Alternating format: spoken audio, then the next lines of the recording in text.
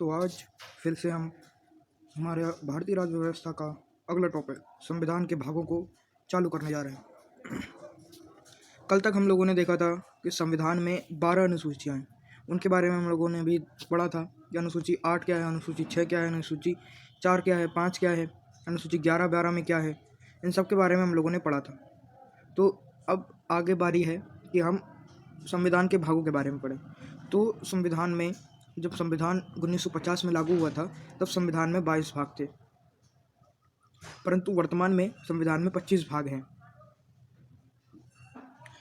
यह ऐसा परंतु पढ़ने की दृष्टि से संविधान में 22 भागों को ही पढ़ा जाता है, क्योंकि केशवानंद भारतीय मामले में सुप्रीम कोर्ट ने यह निर्णय दिया था कि संविधान के मूल ढांचे में, यानी कि संविधान के मेन स्ट्रक्चर में किसी भी प्रकार का कोई परिवर्तन नहीं होगा।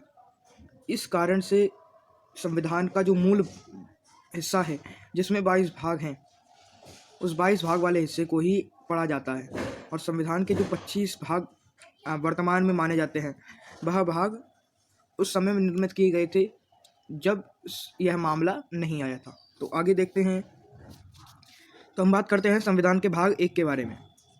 संविधान के भाग 1 के बारे में बात करेंगे तो संविधान के भाग 1 में संघ व इसके अधीन राज्यों को बताया गया है कि भाई संघ जो है उसके अधीन कौन कौन से कितने राज्य हैं, यानी भारत में संघ के अधीन में कितने राज्य हैं,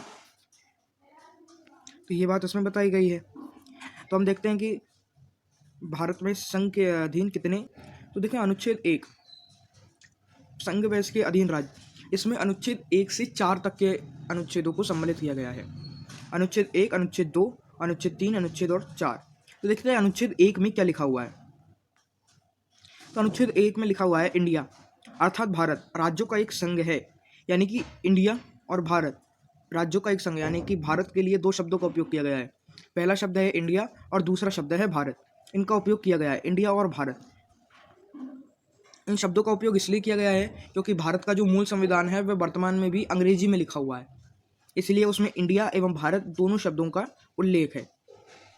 अब बात करते हैं अनुच्छेद 2 की।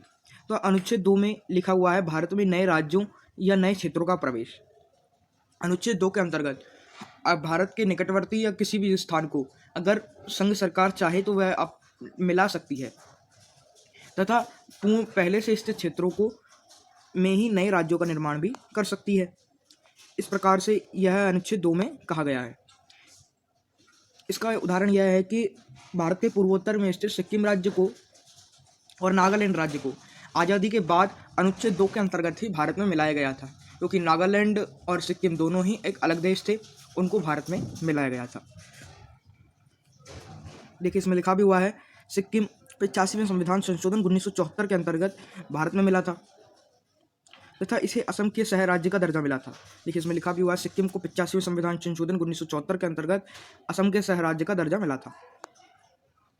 बात करते हैं 1975 में 36वां संविधान संशोधन द्वारा सिक्किम को भारत का 22वां राज्य बनाया और इसे पूर्ण राज्य का दर्जा मिला, यानी कि सिक्किम को पूर्ण राज्य बनाया गया था सन 1975 में 36वें संविधान संशोधन के बाद।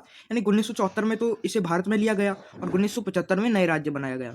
यानी कि जिस प्रकार से मध्य प्रदेश को में से छत्तीसगढ़ को अलग किया गया, उस प्रकार से ही असम के सह राज्य सिक्किम को 1975 में अलग कर एक नया राज्य बनाया गया। अब आगे देखते हैं। तो हम देखते हैं कि भारत और बांग्लादेश के बीच भूमि समझौता 14 मई 2015 को हुआ था, यानी कि बांग्लादेश और भारत इन दोनों के मध्य की जो भूमि है उसका समझौता भी 2015 को हुआ था, क्योंकि भारत और बांग्लादेश के मध्य की जो भूमि है वह दोनों की सीमा पर होने के कारण विवादित है। और भारत और बांग्लादेश जब बना था तो बांग्लादेश को भारत ने ही स्वतंत्र कराया था सन 1971 के युद्ध में। तो इन दोनों के मध्य की जो विवाद भूमि थी उसका निपटारा किया गया था। अब बात करते हैं अनुच्छेद 3 की। अनुच्छेद 3 की बात करें तो भारत में नए राज्यों का जन्म, यानी कि भारत में अगर नए राज्यों का निर्माण करना है, जैसे मैंने बताया था कि मध्य प्रदेश से छत्तीसगढ़ को बनाना है, तो इस प्रकार के राज्यों के लिए अनुच्छेद 3 कार्य करता है। अब बात करते हैं अनुच्छेद 4 की, यानी कि आर्टिकल 4।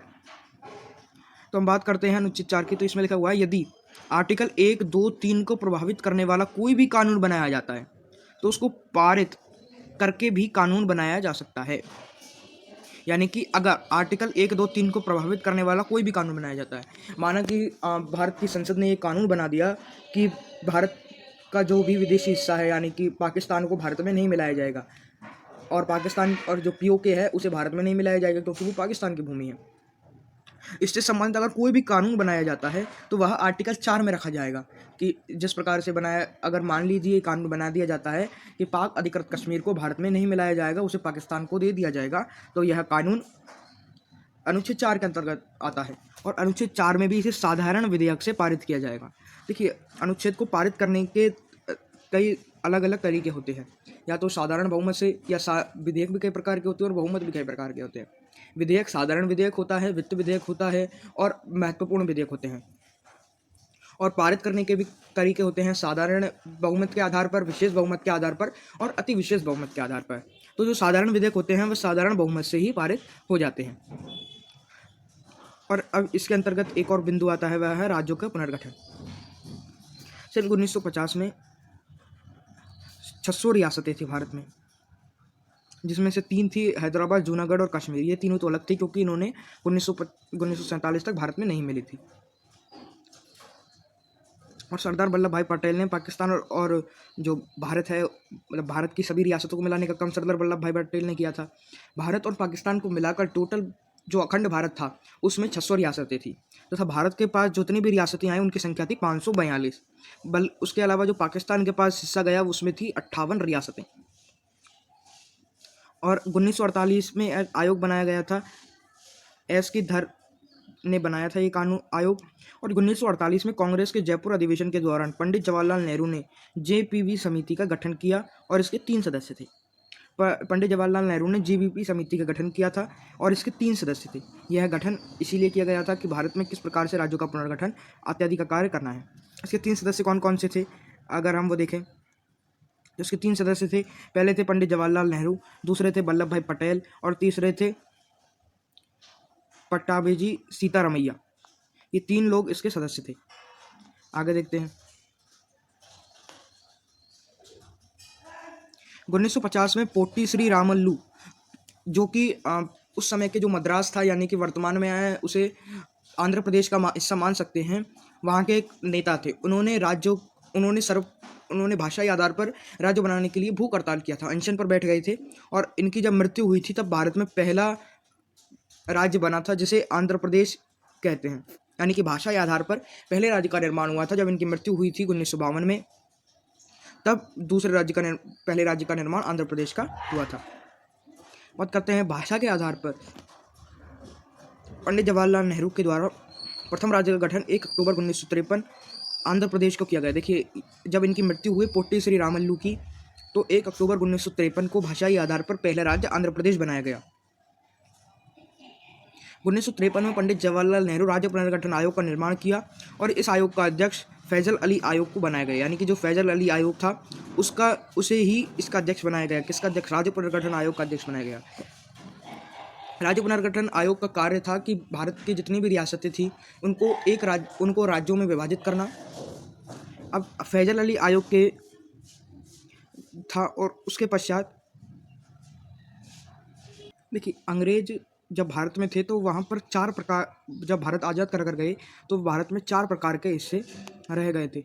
अब वे 4 प्रकार के हिस्से कौन कौन से थे? पहला था ब्रिटिश प्रोविंसेस, यानी कि ब्रिटिश शासन। भारत के संपूर्ण हिस्से पर ब्रिटिश लोग शासन किया नहीं करते थे, वह एक निश्चित हिस्से पर ही उनके जो जर्नल थे वह बैठा करते थे, तो वह हिस्सा ब्रिटिश प्रोविंसेस के अंतर्गत आता था। उसके अलावा लार्ज प्रोविंसेस, यानी कि बड़ी रियासतें जैसे कि हैदराबाद है, जूनागढ़ है, राजपुताना है, ये रियासतें लार्ज प्रोविंसेस के अंतर्गत आती थी। तीसरी थी स्मॉल प्रोविंसेस, यानी कि छोटी रियासतें। भारत में बहुत सारी उस समय छोटी रियासतें थी। चौथा था अंडमान और निकोबार। अंडमान और निकोबार पर भी अंग्रेजों का शासन था, परंतु जब वे भारत छोड़कर गए तब उन्होंने अंडमान और निकोबार को भी भारत को सौंप दिया था। बाकी बात करते हैं 1956 में राज्यों का पुनर्गठन अधिनियम। इसी अधिनियम के तहत भारत में 14 राज्य एवं 6 केंद्र शासित प्रदेशों का गठन किया गया। यानी कि 1956 का जो राज्य पुनर्गठन आयोग अधिनियम था, उस अधिनियम के तहत ही भारत में 14 राज्यों एवं 6 केंद्र शासित प्रदेशों का गठन किया गया। जो कि असम, बिहार, बम्बई, मध्य प्रांत, संयुक्त प्रांत, पंजाब, जम्मू कश्मीर, केरल, मद्रास, मैसूर, उड़ीसा, पश्चिम बंगाल, राजस्थान और आंध्र प्रदेश थे। और केंद्र शासित प्रदेशों में दिल्ली, हिमाचल प्रदेश, मणिपुर, त्रिपुरा, अंडमान और निकोबार और लक्षद्वीप थे। यह उस समय के नाम है, वर्तमान नाम इसमें बगल में लिखे हुए हैं। चलिए आगे बढ़ते हैं।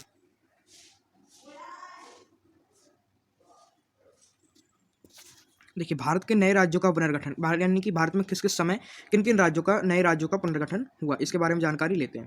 देखिए, 1960 में भारत में पहला राज्य, नया राज्य बनाया गया, जो कि बम्बई को तोड़कर बनाया गया था, यानी कि जो वर्तमान महाराष्ट्र है उससे अलग किया गया था गुजरात को, जो कि 15वां राज्य था। फिर 1962 में नागालैंड अधिनियम के तहत नागालैंड का निर्माण किया गया। 1966 में पंजाब राज्य अधिनियम के तहत पंजाब से हटाकर हरियाणा को अलग किया गया। 1970 में हिमाचल एक्ट के तहत बना हिमाचल प्रदेश तथा 28वें संविधान संशोधन से मेघालय का निर्माण किया गया। 1975 में उत्तर पूर्व अधिनियम से मणिपुर का निर्माण किया गया और 1975 में ही त्रिपुरा का निर्माण भी किया गया तथा 86वें संविधान संशोधन से सिक्किम को पूर्ण राज्य का दर्जा दे दिया गया तथा आंध्र प्रदेश को भी अलग किया गया। 1986 में अरुणाचल प्रदेश अधिनियम से इन्हें अलग किया गया। 1987 में गोवा और दमन दीप अधिनियम के तहत गोवा को पूर्ण राज्य का दर्जा दिया गया। उससे पहले गोवा एक केंद्र शासित प्रदेश था। 84 में संविधान संशोधन 2000 के अंतर्गत कई सारे राज्यों का निर्माण हुआ, मतलब राज्यों को तोड़कर अलग राज्यों का निर्माण हुआ।